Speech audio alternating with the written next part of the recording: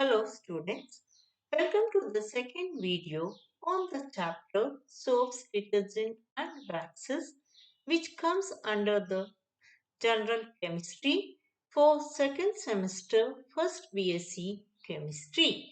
Myself, Savitha, Associate Professor, Department of Chemistry, Maharani Science College for Women, Mysore. In the earlier video, we have defined what is a soap, what is the chemistry of the soap, and also the type of the soaps based on the chemical nature and also on the type of the usage. And the contents for the second video on this chapter is as follows. Manufacture of soap by hot process. The soaps can be manufactured by two different type of process.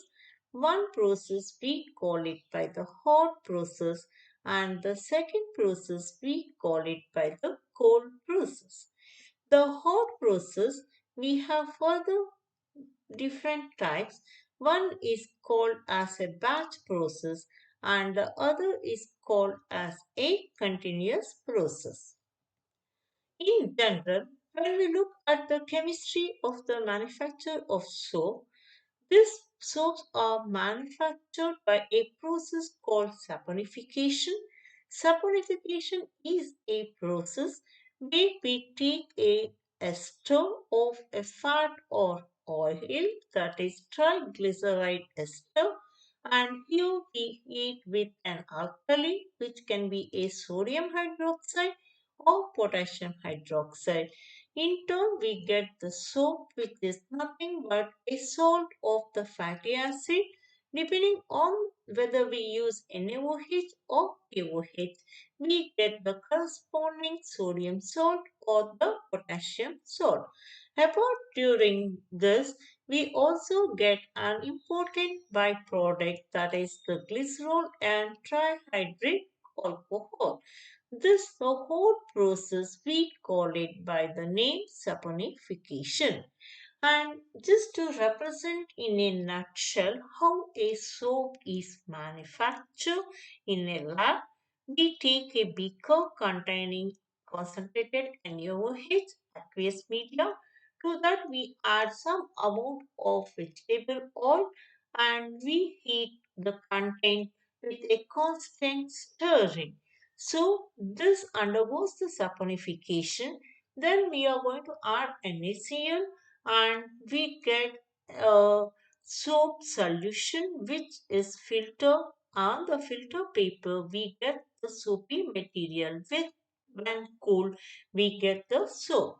So this is the basic steps in the preparation of a soap: saponification, precipitation by adding a salt, and upon precipitation we filter and the precipitate is cooled and it is molded to the requirement which we call the soap. So in our syllabus we have the manufacture of soap by the process called the hot process. So this process is generally carried out in a steel tank or kettle, and here we call this process to be a kettle process. And this process is one of the oldest process, and nowadays it's just used or employed in small factories for special production on a limited scale. So here we take the vegetable oil, it can be anything.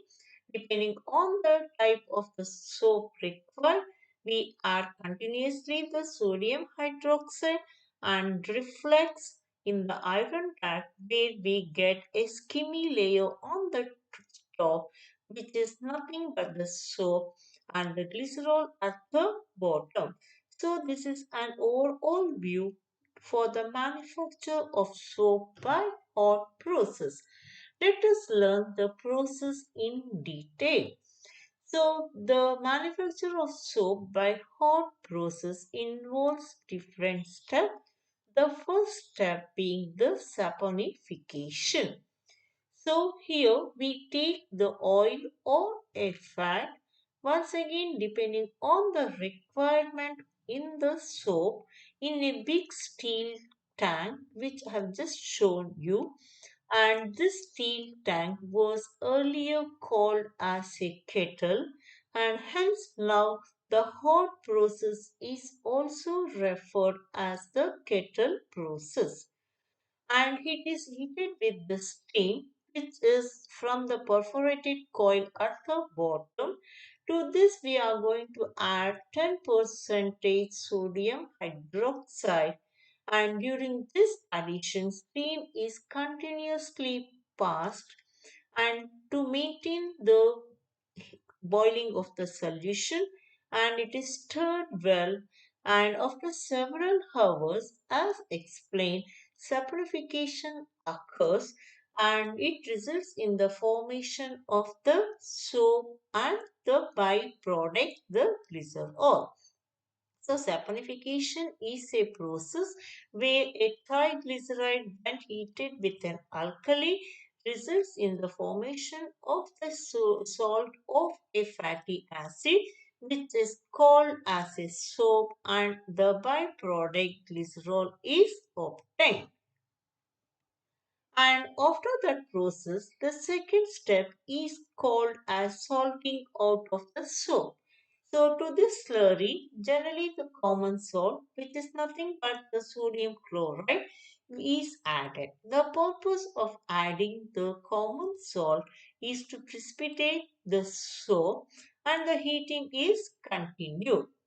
The salt, as we know, have a common ion, and it makes the solubility of the soap, or it reduces the solubility, and hence the soap gets precipitated out.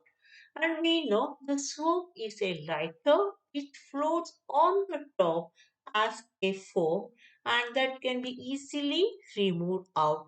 And this process where we remove the soap by using the common salt or the sodium chloride is called as the salting out. And apart from that, we continue to add fresh sodium hydroxide to make sure if any unreacted fat is remain, that also get hydrolyzed with the NaOH, and we get the completely precipitated soap.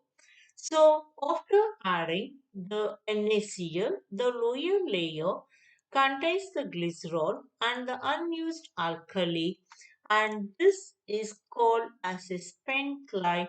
And this spent lye we are not going to waste it out, but we'll be recovering the glycerol. Final process or the last step in the manufacture of soap is called the finishing. So after adding once again small quantity of alkali to make sure all the triglyceride is getting converted into soap, and hence a complete saponification occurs, so no oil or fat is left out. Now the soap is exclusively washed with water. The main reason here is to remove the excess of alkali. So when we wash with water, whatever excess of alkali is present will be washed out. Then the pure soap is removed and it is dried to the requisite moisture content, and later you can mix of your required coloring matter or your perfumes or any antibacterial depending upon depending upon the type of the soap you want it.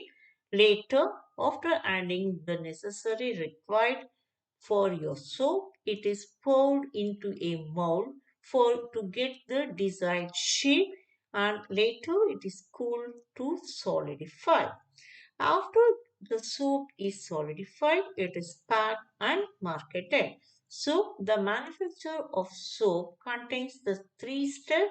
The first step we call it to be the saponification, where we convert the triglyceride to the soap by heating with an alkali, and next step we precipitate the soap by adding NaCl, and we make sure all the triglyceride which are present in the vessel is completely converted into soap, and the last step is to remove the excess of alkali, and later we dry to the extent of the required moisture content, add required coloring agents or whatever the requirements for the soap, and later it is poured into a molds for your desired shape, packed and marketed.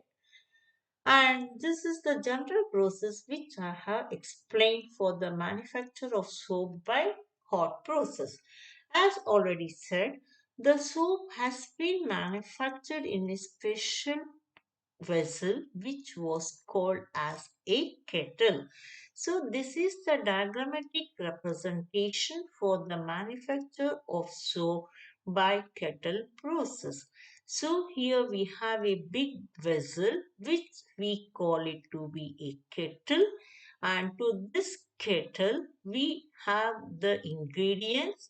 The ingredients means here we have the triglycerides and NaOH, and this whole kettle will be heated strongly by the steam, and later we have an upper layer of glycerol, which is your layer a light, that is pentline, which contains the glycerol, and we have a soap, and this soap is later sent into a pump, and later it is sent into a crusher.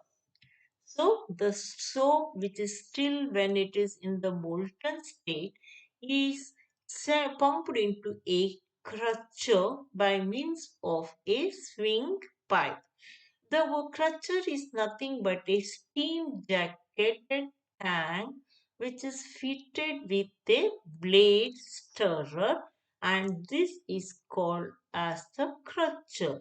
Here the soap is mixed with the colors, perfumes, spermicide or glycerol or the requirement as per the requirement of the soap, and it is blended till we get a homogeneous mass. Later, the crushed soap is poured into frames, and upon solidification, it is cut into cakes. Here, for toilet soap, it is crushed and shredded, dried, and converted into cakes. Later, it is wrapped and it is marketed. So, this is all about the manufacture of the soaps.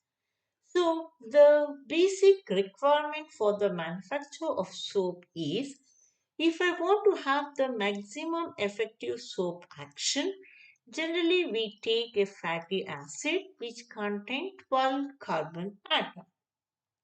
On the other hand, if the molecules contain more than 22 carbon atoms, they are not effective soap because with the increase in the length of the hydrocarbon chain, they become more hydrophobic, and because of this, it results in the insolubility in water. If the soaps are not soluble in water, the dirt or grease cannot be removed, and hence it's not preferred to have a fatty acid containing more than 22 carbon atom. More preferable fatty acid is it should contain around 12 to 16 or 18 carbon atoms. Now let us take some of the advantages of a soap as a cleansing agent. So when we look at the nature, it is a very smooth, and we are not using any chemicals which are harmful, and hence soaps are not harmful for human use. The most important thing is it will be removing the dirt permanently by washing with the waters. So, whatever the soap that is stuck to the cloth or anything can be removed by continuous washing. And the most important thing are soaps are eco-friendly. The reason here because they are biodegradable. But at the same time, we have a few disadvantages. It cannot be used in a hard water. So we know what is a hard water which contain calcium, magnesium, salt. So whenever a hard water is used, the soaps cannot be used as a cleansing agent. And the other disadvantage is it is ineffective in acidic solution, and comparing to the detergent, the synthetic products, they have weak cleansing property than the detergents. So, coming to the limitation, as already said, the soaps cannot be used for a hard water. The reason is we know hard water contain calcium and magnesium salt. Soap is not suitable for washing clothes with hot water. And the next limitation is a large amount of the soap will be wasted when we use the hard water because it reacts with calcium and magnesium ion, forming an insoluble precipitate which we call to be the scum. So before it can be used for the purpose of washing. So the scum that has been resulted by the combination of the calcium magnesium ions of hot water and the soaps will get stuck to the cloth which has to get washed. As a result, it is going to interfere the cleaning ability of the additional soap. So the cleaning of clothes becomes very difficult with the hot water, which is the major limitation of the usage of the soap. And these are the reference for this chapter. Thank you.